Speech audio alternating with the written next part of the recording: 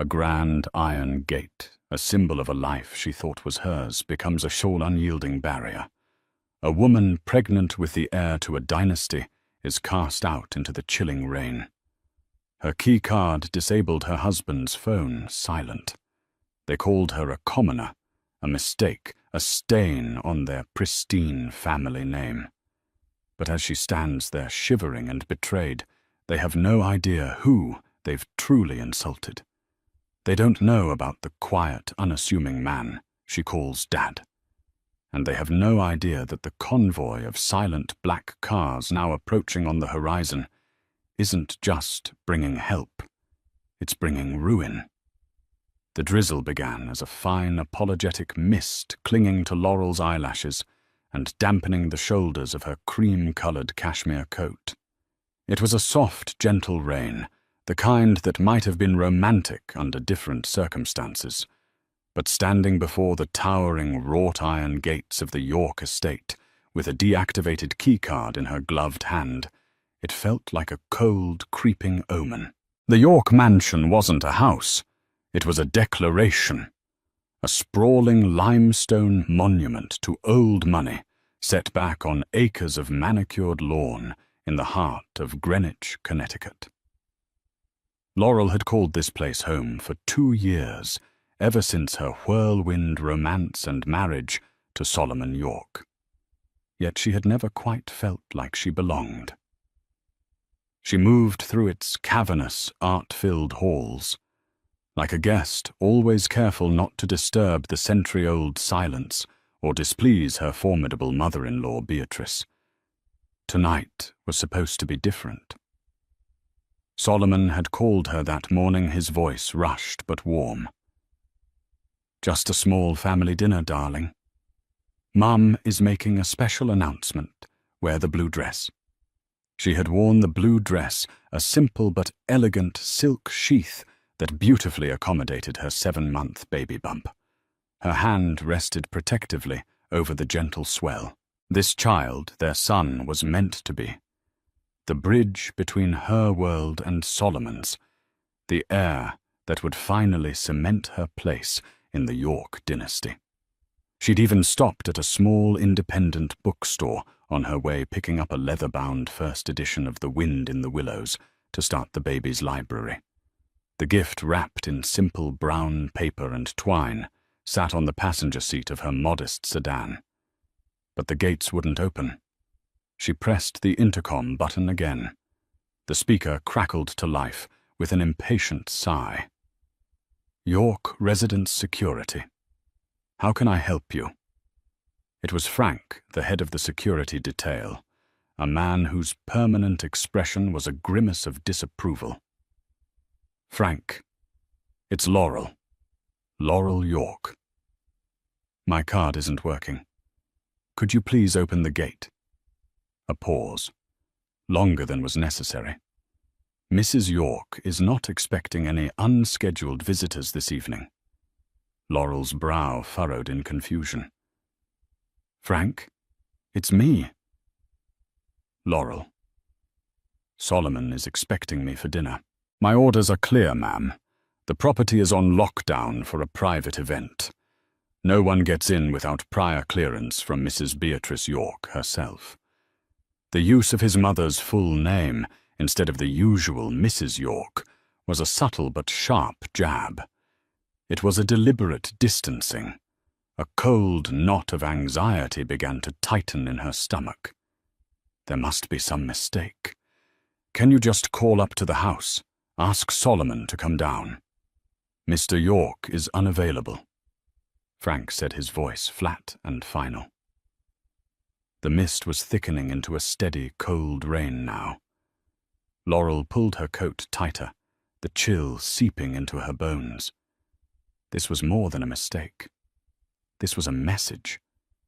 For 2 years, she had endured Beatrice's thinly veiled insults, her condescending remarks about Laurel's humble background. Laurel's father, Robert Larson, was a widower who ran a mid-sized logistics company in the Midwest, successful and comfortable, but a far cry from the generational wealth of the Yorks, whose ancestors had been shipping magnates and railroad barons.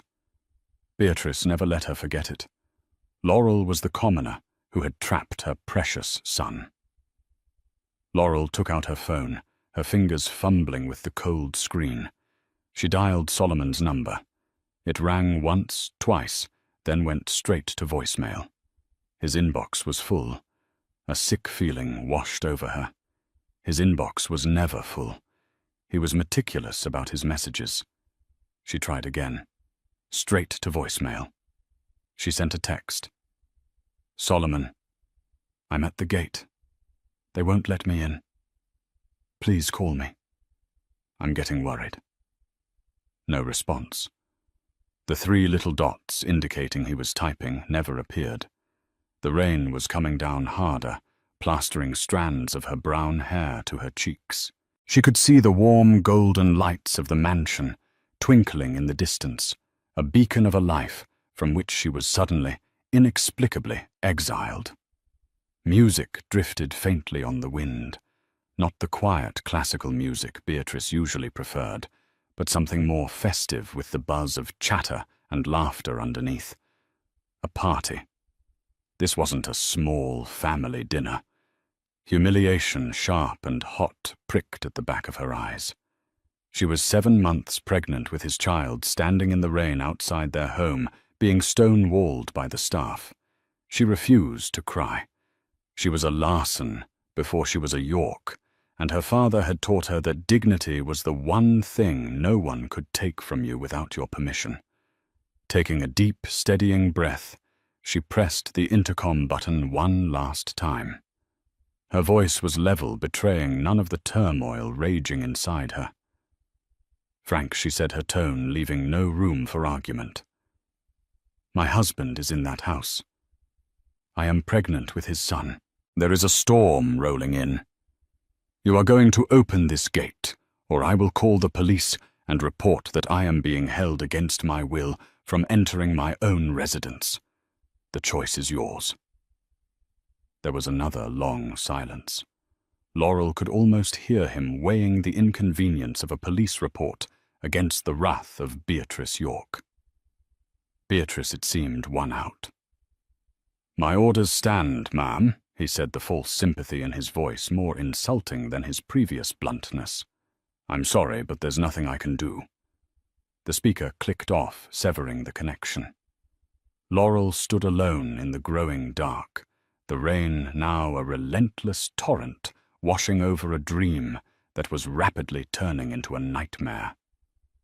The lights of the mansion seemed to mock her, so close and yet a world away.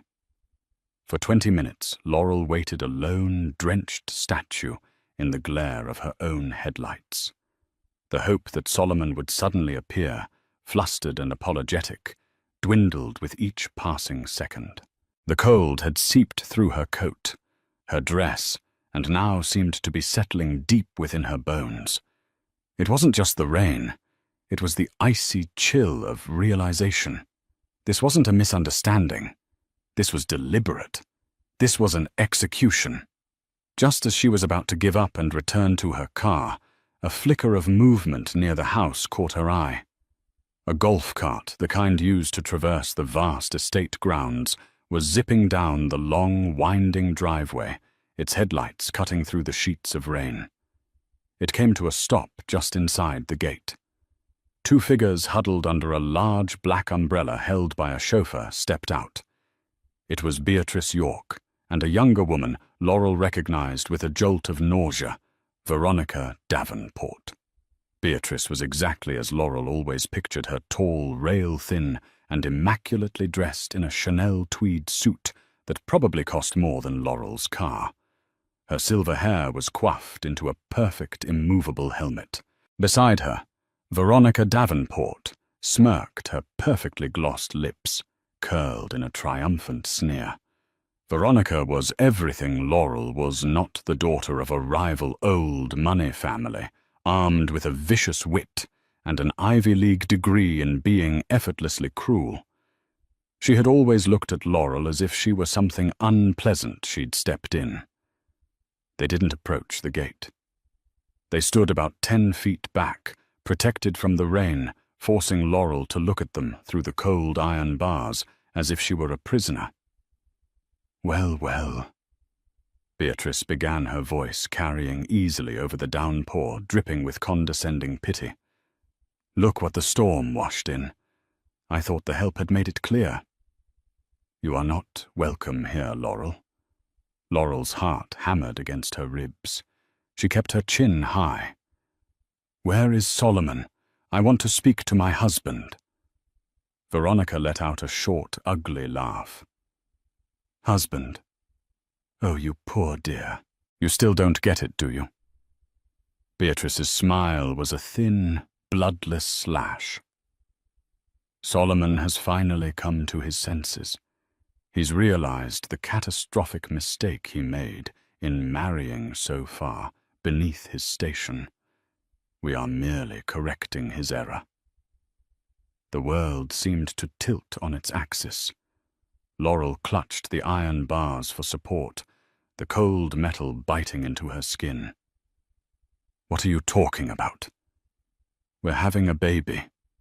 "You are having a baby," Beatrice corrected her sharply. "A child that will have no claim to the York name or the York fortune." "That thing you're carrying is a dead end. A branch on the family tree we are pruning this very evening." The cruelty of the words was a physical blow. Laurel felt the air leave her lungs. She looked past Beatrice into the warm light of the mansion and saw the silhouettes of people mingling, laughing, holding champagne flutes. The party wasn't for a special announcement. The party was for this, for her public banishment. "Solomon wouldn't do this." Laurel whispered the words, a desperate prayer. "He loves me." Veronica stepped forward, her eyes glittering with malice. Did he love the idea of slumming it for a while, a little novelty project? It was cute for a time, but he's back where he belongs now, with his own kind. She gestured from herself to the mansion. "Inside our families are celebrating his engagement. To me." The confession hung in the air, more brutal than any physical assault. Engaged, while his pregnant wife stood locked out in the rain. The entire narrative of her life, the love story she believed she was living, crumbled into dust. The shared laughter, the whispered promises, the tender moments discussing their unborn son. Had it all been a lie? A performance? "I don't believe you," Laurel said, her voice trembling but gaining a sliver of strength from the sheer shock. "Let me talk to him. If Solomon wants me gone, he can have the decency to tell me to my face." Beatrice sighed dramatically as if dealing with a tiresome toddler. "He has nothing to say to you. His lawyers will be in touch, of course. They'll be quite generous, I imagine. A check to make the problem. And the baby. Go away quietly. That's all you ever really wanted, wasn't it?" Tears finally welled in Laurel's eyes, hot and angry. Not tears of sadness, but of pure, unadulterated rage at the injustice. They were trying to buy her off, to erase her and her child, as if they were a simple accounting error. "I never wanted your money." She spat the words, tasting like poison. "I loved him. Love is a luxury for people with no assets, dear," Beatrice said coolly. "Now if you'll excuse us, you're creating a rather dreary scene. Frank," she called over her shoulder, "if she doesn't leave in 5 minutes, have her car towed and call the police for trespassing." With a final dismissive glance, Beatrice and Veronica turned and walked back to the golf cart. The chauffeur held the umbrella over them as they went, leaving Laurel standing alone, exposed to the relentless freezing rain. The iron bars felt like a pull, not keeping her out, but trapping her in this moment of perfect soul-crushing humiliation. Her body trembled uncontrollably, a mixture of cold shock and a grief so profound it felt like a physical tearing within her chest. The dream was dead, and as she looked at the indifferent golden glow of the mansion, she knew she was utterly, terrifyingly alone. The world had narrowed to the sound of the rain drumming on the roof of her car and the frantic, useless beat of her own heart. Laurel sat drenched in the driver's seat, the simple, paper-wrapped book on the passenger side, a brutal testament to her naivety, a library for a son who would be denied his father's name, a home from which she had just been violently ejected. The first wave of shock gave way to a tsunami of pain. Every memory with Solomon was now tainted, replaying in her mind as a cruel pantomime. Had his laughter been forced? Were his kisses a lie? The careful construction of her life had been demolished in a matter of minutes by the woman who now wore the engagement ring that should have been a prelude to their shared future. She felt a desperate, primal urge to do something, to smash her car through the gates, to scream until her lungs gave out. But what would that accomplish? It would only confirm Beatrice's narrative that she was an unhinged, common girl, unworthy of the York name. And beneath the rage and the pain, a deeper, colder fear took root. She was alone, pregnant, and about to be embroiled in a legal battle against a family with limitless resources and no morality. They would crush her. Her gaze fell to her purse, and a memory surfaced. It was from a few months after her wedding. She and her father, Robert, were having their monthly lunch at a simple diner he favored back in Ohio. He was a quiet, unassuming man who had raised her alone after her mother passed away. He ran Larson Logistics, a company she understood to be moderately successful, allowing them a comfortable but unpretentious life. He had always seemed wary of the Yorks' ostentatious wealth. Laurel, he had said, stirring his coffee. I don't trust people who need to show you how rich they are. Power is quiet. Wealth is silent. He'd slipped a simple, elegant business card into her hand. It had only a name, Arthur Thompson, and a phone number. This is my executive assistant. If you are ever, and I mean ever, in a situation where you feel unsafe, or you need help and you can't reach me, you call this number. Day or night. Don't hesitate. She had tucked it into a side pocket of her wallet, touched by his fatherly concern, but certain she would never need it. Solomon was her protector now. How laughably wrong she had been. With trembling fingers she retrieved the card. It felt like a lifeline in an ocean of despair. What could her father's assistant do? Arrange a hotel for the night? Find her a lawyer? It seemed so small in the face of the York Empire, but it was all she had. She dialed the number. It was answered on the first ring. Thompson. The voice was calm, professional, and utterly unruffled. Hello. Mr. Thompson. Laurel's voice cracked. My name is Laurel York. Well, Laurel Larson. You don't know me, but my father, Robert Larson, gave me this number. Of course, Ms. Larson. I know exactly who you are. Your father has instructed me that any call from you is the highest priority. How can I be of service? The term highest priority sounded odd, coming from the assistant of a mid-sized logistics man. But Laurel was too distraught to question it. Tears began to stream down her face again, hot and fast. The whole humiliating story came pouring out. The locked gate, the deactivated card, Beatrice and Veronica, the engagement, the threats. She told him everything, her voice thick with sobs. Throughout her rambling, panicked account, Mr. Thompson was silent. He didn't interrupt. He just listened.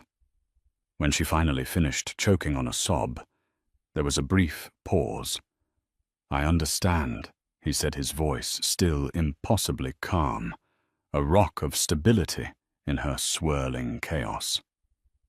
"First, are you in a safe location?" "I'm in my car outside the gates," she managed to say. "Do not move from that location. Do you understand? Stay exactly where you are." What are you going to do?" "I am going to make a call to your father. He is currently on a flight over the Pacific, but this warrants waking him. After that, I will dispatch a team to your location. Help is on the way. Ms. Larson." "A team? What kind of team?" "A tow truck. A single lawyer." "How long will it take?" she asked, her mind numb. "I don't know where to go. You will not need to go anywhere. We will handle everything. The lead car should be with you in approximately 15 minutes. Just stay in your vehicle, lock the doors, and wait for our arrival." The line went dead. Laurel stared at her phone, bewildered. The lead car. Dispatch a team. The language was more suited to a military operation than a domestic dispute. Her father ran a logistics company that moved cargo containers and managed supply chains. She pictured one of his company's semi-trucks rumbling up the pristine Greenwich Road and almost laughed through her tears. But she did as she was told. She locked the doors, turned the heat up, and waited. The minutes crawled by, each one an eternity of shame and fear. The party inside the mansion raged on its distant sounds, a constant reminder of her betrayal. She was just a girl from Ohio, cast aside by a family of titans. What could her father, a good man who ran a decent business, possibly do to change that? She leaned her head against the cold glass of the window, closed her eyes, and prayed for a miracle, having no idea that one was already thundering down the highway toward her. The first sign was a subtle shift in the rhythm of the night, a low, resonant hum that vibrated through the asphalt, felt more than heard. It was a sound entirely alien to the quiet, tree-lined roads of the York's exclusive neighborhood, a sound of immense, controlled power. Laurel sat up, wiping the condensation from her window. Down the road a pair of headlights appeared, then another and another. They weren't the scattered random lights of evening traffic. These were perfectly spaced, moving in unison, a silent, menacing procession. As they drew closer, she saw they were cars. Not just any cars. They were a fleet of identical, gleaming black Rolls-Royce Phantoms, their windows tinted to an impenetrable darkness. They moved with a gravitas that made them seem less like vehicles and more like armored beasts. There were 5 of them in total, a convoy of silent, black-clad judgment. They didn't slow down as they approached the York estate. They swept up the road and came to a synchronized perfect halt boxing in Laurel's modest sedan, forming a protective cordon around her. The lead car positioned itself directly in front of the massive iron gates, its iconic Spirit of Ecstasy hood ornament seeming to stare down the York family crest. The sudden imposing arrival did not go unnoticed. Inside the security booth, Laurel could see Frank scrambling, speaking frantically into his radio. Lights flashed on along the perimeter wall. The York security team, used to dealing with lost tourists, or the occasional paparazzo, was clearly unprepared for a display of such organized intimidation. Inside the mansion, the music abruptly stopped. Faces began to appear in the windows, silhouetted against the light drawn by the disturbance. The passenger door of the lead Phantom opened. A man in a dark, impeccably tailored suit stepped out into the rain. He held a large black umbrella. Laurel recognized his voice instantly. It was Arthur Thompson. He was older than she'd pictured, with graying temples and an air of quiet, lethal competence. He walked not to the gate, not to the security booth, but directly to Laurel's car. He tapped gently on the window. She hesitated for a moment before unlocking the door. He opened it for her, shielding her from the rain with the vast umbrella. "Miss Larson," he said, his voice as calm as it had been on the phone. "Are you all right?" She could only nod her throat, too tight to speak. He gestured toward the open door of the Rolls-Royce. "Please, we'll get you out of the cold." As Laurel slid into the impossibly soft leather interior of the car, the scent of wealth, real wealth, not the loud perfumed kind the Yorks flaunted, filled her senses. It was the subtle aroma of aged wood, fine leather, and quiet power. Meanwhile, a second man, equally well dressed, had emerged from the driver's side of the lead car and was now approaching the security booth. He didn't shout or make demands. He simply stood there, waiting. The commotion had finally drawn Beatrice out. Flanked by Solomon and Veronica, she stormed out of the front door, her face a mask of indignation. She clearly assumed this was some heavy-handed tactic orchestrated by Laurel. "What is the meaning of this?" She shrieked, her voice sharp enough to cut glass. "You are on private property. I am calling the police. Have this riffraff removed at once." Frank, looking pale and terrified, scurried from his booth to intercept the man from the lead car. "Sir, you'll have to move your vehicles. This is a private residence." The man didn't even look at him. His eyes were fixed on the approaching trio of Beatrice Solomon and Veronica. He simply handed Frank a business card. Frank glanced down at it. The change was instantaneous and absolute. All the color drained from Frank's face. His jaw went slack. His hands began to tremble so violently that he nearly dropped the card. He looked from the small piece of cardstock to the man, then to the silent, imposing fleet of cars, and finally to the back door of the lead Phantom, where Laurel was now safely ensconced. A look of pure, unadulterated terror dawned in his eyes. He spun around and sprinted back to his booth, his professional composure utterly shattered. With fumbling, panicked hands, he slammed a large red button on his console. The magnificent, imposing York gates, which had stood as a cold barrier to Laurel just minutes before, swung open with a silent, deferential grace. They opened completely wider than Laurel had ever seen them open, before an unconditional, desperate welcome. Beatrice stopped dead in her tracks, her mouth agape. "Frank, what are you doing? I gave you an order." But Frank wasn't listening. He was standing beside the now open gate, head bowed, drenched in the rain, looking for all the world like a condemned man awaiting the executioner's axe. The back door of the lead car opened once more. Arthur Thompson stood to the side holding the umbrella. And into the rainy Connecticut night, a man stepped out. He wasn't tall or physically imposing. He wore a simple dark grey suit, no tie. But as he looked toward the mansion, the entire atmosphere on the sprawling lawn shifted, charged with an authority that made the Yorks' generational wealth feel like children's play money. It was her father, Robert Larson, and he did not look pleased. Laurel stared at the man emerging from the car, her mind struggling to reconcile the two images. There was the man she knew, Dad, the quiet, kind widower who wore worn-out sweaters, enjoyed fishing, and ran a respectable logistics company.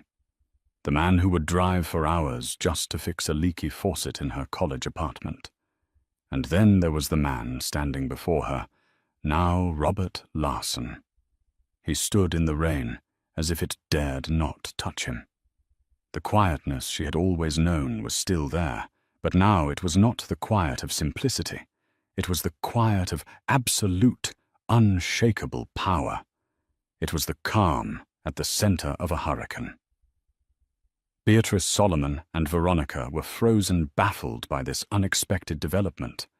They saw a middle-aged man in a simple suit, They couldn't understand the deference of the staff, the sudden opening of the gates, the fleet of Rolls-Royces. "And who are you supposed to be?" Beatrice scoffed, recovering some of her bravado. Her father, the truck driver. Solomon finally found his voice, stepping forward. His face was a mess of confusion and dawning dread. He looked from Laurel safe inside the Phantom to the unassuming man who was her father. "Mr. Larson." "What is all this, Laurel? What have you done?" "Robert." Larson's gaze flickered to Solomon. It was a brief, dismissive glance, the kind one might give to an insect. His attention was fixed solely on his daughter. Mr. Thompson helped Laurel out of the car, draping a warm, dry cashmere blanket over her shoulders that someone had produced from within the vehicle. Her father walked to her, his eyes softening as he took in her tear-streaked face and shivering frame. "Are you hurt?" he asked, his voice low and steady. "I'm okay, Dad," she whispered, clutching the blanket. I don't understand." "You don't have to," he said gently. "I'll handle it now. Thompson, get her back in the car where it's warm. Give her some water." He turned to face the Yorks. The softness vanished, replaced by a gaze as cold and hard as granite. He didn't raise his voice. He didn't need to. The quiet intensity was far more terrifying. "My name is Robert Larson," he said, his voice cutting through the sound of the rain. "And you have made a grave miscalculation." Veronica laughed, a high, nervous sound. "A miscalculation." "Your daughter tried to trap a York. We simply corrected the error. Now take your little gold digger and your ridiculous rental cars and get off this property before we have you arrested." It was then that Frank, the security guard, finally broke. He scrambled over to Beatrice, his face ashen with terror. "Ma'am," he stammered, holding out the business card with a shaking hand. "Ma'am, you don't understand. Look at the card." Beatrice snatched it from him, annoyed. "What is so important?" She stopped. Her eyes widened. She read the card, then read it again, her perfectly manicured hand starting to tremble. The name was simple, Robert Larson. But underneath, in small, embossed letters, was a title chairman and CEO. And below that, a corporate name that was the stuff of Wall Street legend Larson Global. Not Larson Logistics, the mid-sized company Laurel knew. Larson Global, the largest and most powerful private logistics and capital investment firm in the world. A silent, multi-billion-dollar empire that owned ports, shipping lanes, airlines, and vast swaths of commercial real estate. A company so powerful it moved markets with a single press release. Robert Larson wasn't just a successful businessman. He was a kingmaker, a titan of industry, whose reclusive nature made him all the more mythical. A man who appeared on the cover of Forbes and The Economist, not because he sought publicity, but because his actions shifted the global economy. The color drained from Beatrice's face. The card fluttered from her fingers and landed in a puddle. She stared at Robert Larson, not as her daughter-in-law's folksy father, but as the man who held the fate of entire industries in his hands. Solomon, seeing his mother's reaction, stumbled forward and picked up the wet card. He read it, and a low, guttural sound of pure horror escaped his lips. His legs seemed to give way, and he staggered back a step. He looked at Laurel, the woman he had discarded, the mother of his unborn child, and finally saw her not as the simple girl from Ohio, but as the sole heiress to an empire that could buy and sell his own family 100 times over without noticing the expense. "No," Solomon whispered, shaking his head in disbelief. "It's not possible." Robert Larson, gave a humorless smile. Oh, it's quite possible. And you are about to learn in the most personal and permanent way imaginable what happens when you threaten what is mine. The rain continued to fall, washing away the York's arrogant smirks, leaving only the stark, cold terror of a reckoning that had just begun. The heavy, humid air crackled with a tension that was almost palpable. The world seemed to have shrunk to this single, miserable patch of manicured lawn, a stage set for a tragedy where the players had only just realized they were not the heroes. The Yorks, flanked by Veronica, stood like statues of brittle porcelain, poised to shatter at the slightest touch.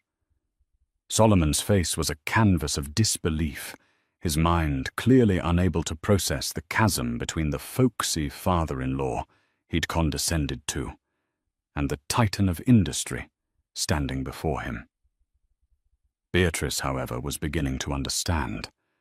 The terror in her eyes was mingled with a flicker of horrified recognition, the look of a predator who has just realized it has cornered an animal far more dangerous than itself. Robert Larson took a deliberate step forward, the movement calm and measured, yet it made the trio flinch as if he'd lunged.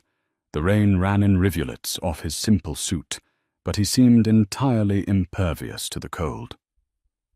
I have a guiding philosophy in my life, and in my business. He began, his voice not loud, but carrying with a chilling resonance that cut through the storm. It's a simple one, I believe, in letting people show you exactly who they are. In my world, you don't judge a person by the name they inherit or the suit they wear. You judge them by the choices they make when they believe no one with real power is watching. For 2 years I have been watching you. His gaze settled on Solomon, cold and penetrating. When my daughter told me she had fallen in love with you, I conducted my own due diligence. Not just on your finances, which were, to be frank, an absolute shambles, but on your character. I saw a young man propped up by a legacy he didn't build, suffocated by a mother's ambition, and possessing a profound weakness at his core. But my daughter loved you. For her sake, I hoped my assessment was wrong. I chose to invest in the possibility that you were a better man than your balance sheets or your bloodline suggested. Beatrice stiffened her voice, a reedy, defiant hiss. How dare you speak of our family's finances? York & Sons is a revered institution. Robert's lips curved into a smile that held no warmth, only a terrifying, predatory calm. Was Mrs. York? The correct word is was. An institution, like any building, is only as strong as its foundation, and yours has been rotten for over a decade. He began to pace slowly like a barrister, laying out an irrefutable case before a jury. Your late husband's disastrous foray into speculative real estate in Dubai. After the 2008 crash, your own insistence on maintaining 3 international residences on company credit Solomon's series of ill-advised vanity projects in the art world. It all added up. You were bleeding money. 2 years ago, on the eve of your son's engagement to my daughter, your primary lender was preparing to foreclose. You were weeks, perhaps days, from a catastrophic public bankruptcy. You were on the verge of losing everything. Solomon shook his head, a desperate, stuttering denial forming on his lips. No, that's not true. Our bankers restructured the debt. They assured us. Your bankers, Robert interrupted, his voice dropping to an icy whisper, were persuaded to sell your entire distressed debt portfolio for pennies on the dollar to a quiet little investment firm. A firm so discreet you never even thought to question who owned it. It was a simple, clean transaction. That firm is called Northbridge Capital Partners. He paused, letting the name hang in the air for a full, agonizing second before delivering the killing blow. It's one of my holding companies. For 2 years, Solomon, every mortgage payment you've made on this house, every quarterly report you've nervously filed, every line of credit you've drawn against. You have been sending your money to me." The revelation landed with the force of a physical impact. Solomon visibly staggered, his hand flying to his chest as if to keep his heart from bursting out. "Every dollar I funneled back into your failing enterprise." Robert continued, his voice, now laced with a controlled, righteous fury, was an investment in my daughter's happiness. I was paying for the illusion that she had married into a stable, respectable family. I did it so that she and my unborn grandchild would have a secure home. An illusion that all of you have taken a sledgehammer to tonight.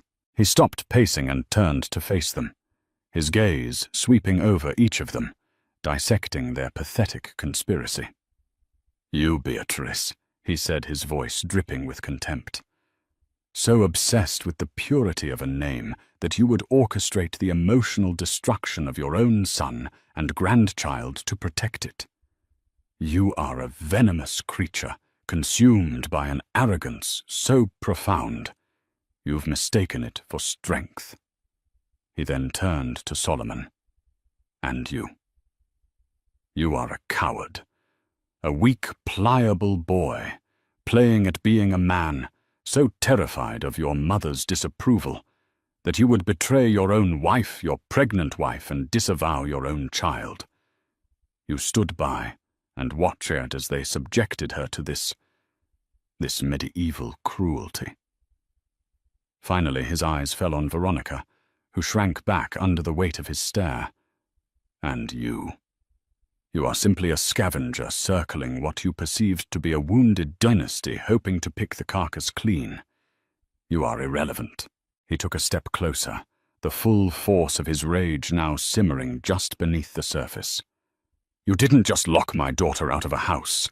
You tried to invalidate her existence. You put her and her child, my grandchild, at risk in this storm.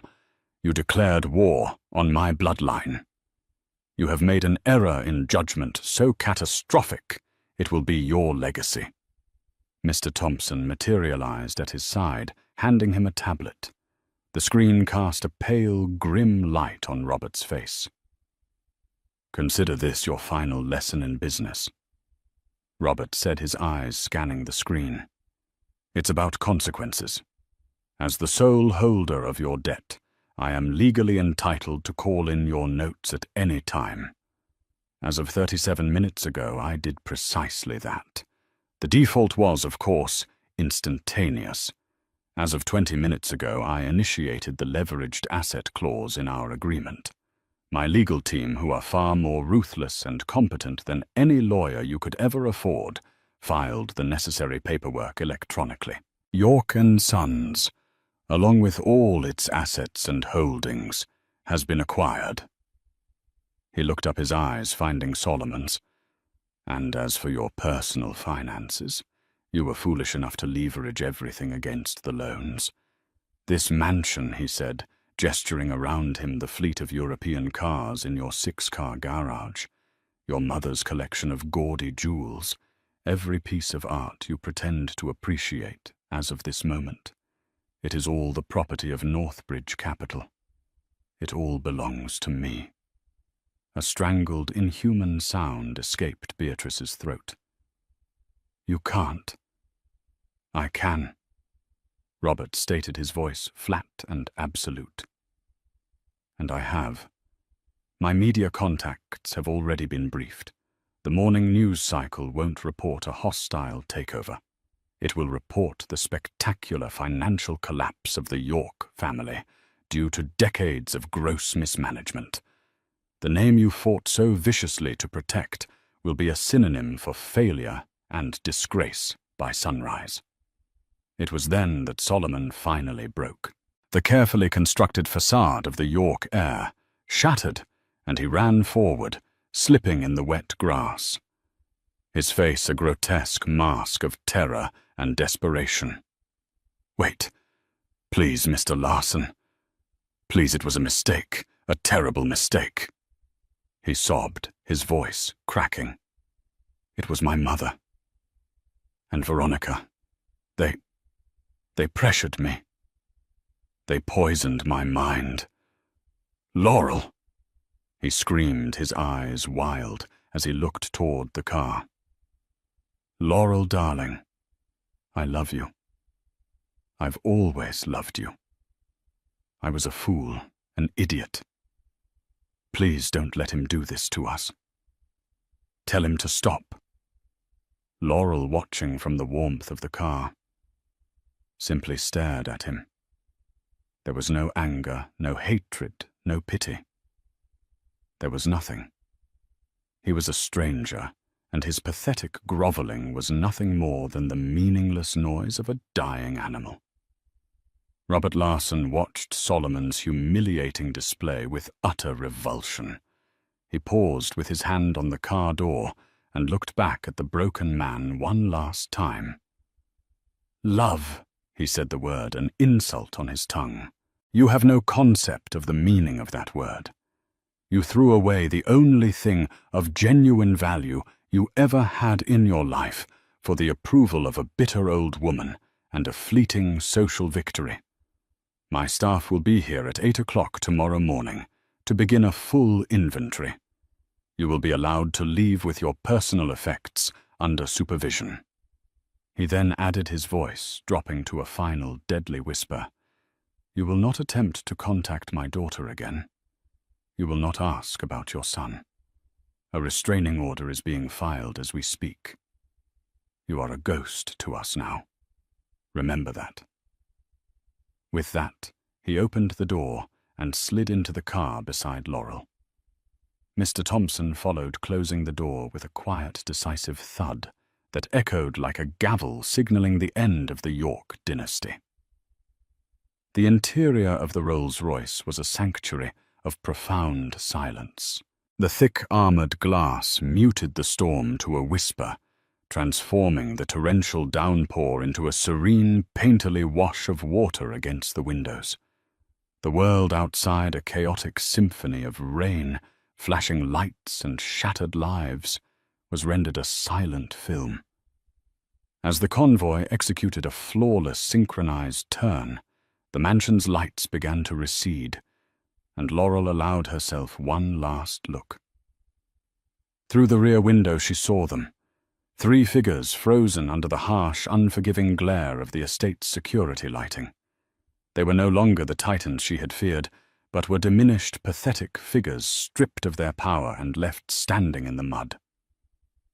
Beatrice's perfect composure had crumbled, leaving the skeletal framework of a bitter, defeated old woman. Veronica, the smug victor, just moments before now, looked like a startled animal caught in the headlights, her cruel beauty warped by disbelief and panic. And Solomon, he was on his knees, not literally, but his entire posture screamed of a man whose spine had been turned to dust. He was looking after the convoy, his face a mask of agony and pathetic, belated remorse. The great iron gates, the instrument of her humiliation, now seemed to cage them in their own gilded ruin. A part of her, a raw, wounded part, wanted to feel a surge of triumph. But there was none. There was only a vast, hollow emptiness where her love for him used to be, and a deep, aching pity for the man he had revealed himself to be. She turned away from the window, severing the final thread to her old life. That world, and the woman she had been within it, no longer existed. She looked across the impossibly spacious cabin at her father. He wasn't looking out the window. His gaze was fixed entirely on her, his eyes filled with a pain that mirrored her own. For a long moment, the only sound was the almost imperceptible hum of the engine as they glided onto the highway, leaving Greenwich and its ghosts behind. The silence was finally broken by Laurel, her voice barely a whisper. All those years, all those little things. She trailed off, her mind racing, recontextualizing her entire life. The business trips she'd thought were to Omaha or Cleveland were probably to Geneva and Hong Kong. The quiet, serious men who occasionally visited their simple home for dinner weren't regional managers. They were likely board members, lawyers, figures of immense influence. The simple folksy wisdom he'd always offered her wasn't just fatherly advice. It was the distilled philosophy of a man who moved the world. "You're the Robert Larson," she finally said the words, feeling heavy and unreal. "The one from the covers of the Wall Street Journal and The Economist. Larson Global." He nodded a simple, sad affirmation. "I am." Why, the question was small, but it held the weight of a lifetime of deception, however well-intentioned. "I thought you ran a freight company. I thought we were just comfortable. Why would you hide all of this from me?" He reached across the plush leather seat, his hand covering hers. It was the same hand that had taught her to ride a bike. The same hand that had wiped away her tears after her first heartbreak. It was strong, warm, and real. "Your mother and I," he began, his voice thick with memory. "We built this from nothing. We started with one truck and an idea. But as it grew, we saw what this kind of wealth could do. It's a weight, Laurel. A poison if you're not careful. It changes how the world sees you, and worse, how you see the world. It surrounds you with people who smile at your face, but are only looking at your wallet." He paused, his gaze distant. "We wanted you to have a genuine life. A real one. We wanted you to know the pride of a job well done, the value of a dollar earned. We wanted you to have friends who liked you for your laugh, not your last name. Above all, we wanted you to find a partner who would love Laurel Larson, the funny, brilliant, kind-hearted girl from Ohio, and not the heiress to an empire." His grip on her hand tightened, his voice cracking with a raw, paternal grief. "That's where I failed you. I failed you, and I am so sorry. I saw the weakness in Solomon. I saw the way he was swayed by his mother's vanity and the allure of his family's name. But you loved him. And I wanted to believe that your love, which is the most pure and powerful thing I know, would be enough to make him the man you deserved. I chose to trust your heart over my own head. It was my mistake, and my mistake put you and my grandchild in the path of their cruelty. It's a failure I will carry with me for the rest of my days." Tears streamed down Laurel's face, not of pain, but of a sudden, overwhelming understanding. Every sacrifice, every secret, it had all been an act of love. An attempt to build a protective wall around her childhood, to give her a gift she couldn't appreciate until it was gone normalcy. "No, Dad," she whispered, her voice choked with emotion. "It's not your fault. You taught me to be trusting, to see the good in people. I was the one who was blind to the truth." "You weren't blind," he corrected her gently but firmly. "You were in love. There is no shame in giving your heart to someone. The shame belongs entirely to him for proving himself unworthy of keeping it." As the city lights began to streak past the windows, a quiet chime sounded. Mr. Thompson, who had been a silent, stoic presence in the front passenger seat, spoke without turning. "Sir, the royal suite at the Mandarin. Oriental is secure and has been swept. Dr. Matthews is on standby to meet you there for a full wellness check for Ms. Larson and the baby." The words "royal suite secure" swept belonged to a language she didn't yet speak. It was the lexicon of power of a life where logistics were handled by teams of silent professionals, and safety was a paramount managed commodity. It was dizzying. Just an hour ago, she was a discarded wife begging to be let into her own home. Now a world of unimaginable resources was being marshaled for her well-being. Her father saw the bewildered look on her face. "It's a lot to take in." "I know," he said softly. "We'll go slow.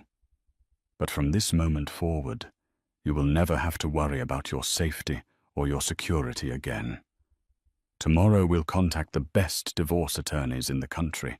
We will dissolve this marriage so completely it will be as if it never existed, and your son—" He said, his hand moving from hers to rest gently on her stomach, "will bear the Larson name. He will be my grandson, and the world will know him as such." The Yorks wanted to erase him. Instead, they have guaranteed him a legacy beyond their wildest dreams. Laurel felt a gentle flutter inside her, a tiny kick, as if her son was affirming his grandfather's vow. A new strength, fierce and unfamiliar, began to kindle within her. The heartbreak was still there, a raw and tender wound, but it was no longer the all-consuming agony it had been at the gate. It was now just one part of a much larger story. Her story. She leaned her head against her father's shoulder, the exhaustion of the night finally settling in. She was no longer drifting in the storm. She was in the eye of the hurricane, protected and safe. The life she had known was over, but as she watched the lights of a new city blur into a brilliant, hopeful future, she knew with absolute certainty that her real life was just beginning. In the end, it wasn't about the money or the power. It was about a promise, the promise of a father to protect his child, and the promise of a new life for a woman who was shown the ugliest side of human nature. The York Empire crumbled to dust, a footnote in bankruptcy court filings, their name forever associated with disgrace. Laurel, on the other hand, emerged from the storm not as a victim, but as a survivor. She gave birth to a healthy baby boy, naming him Leo Larson, and together with her father, she learned to navigate the world she was born into, but never knew. She discovered a strength within herself she never imagined, proving that true wealth isn't measured in mansions or stock portfolios, but in dignity, integrity, and the unbreakable love of family. Thank you for watching. What did you think of the Yorks' instant karma? Let us know in the comments below. If you enjoyed this story of justice and vindication, please hit that like button. Share it with someone who loves a good comeback story, and be sure to subscribe to the channel for more dramatic tales you won't want to miss. We'll see you next time.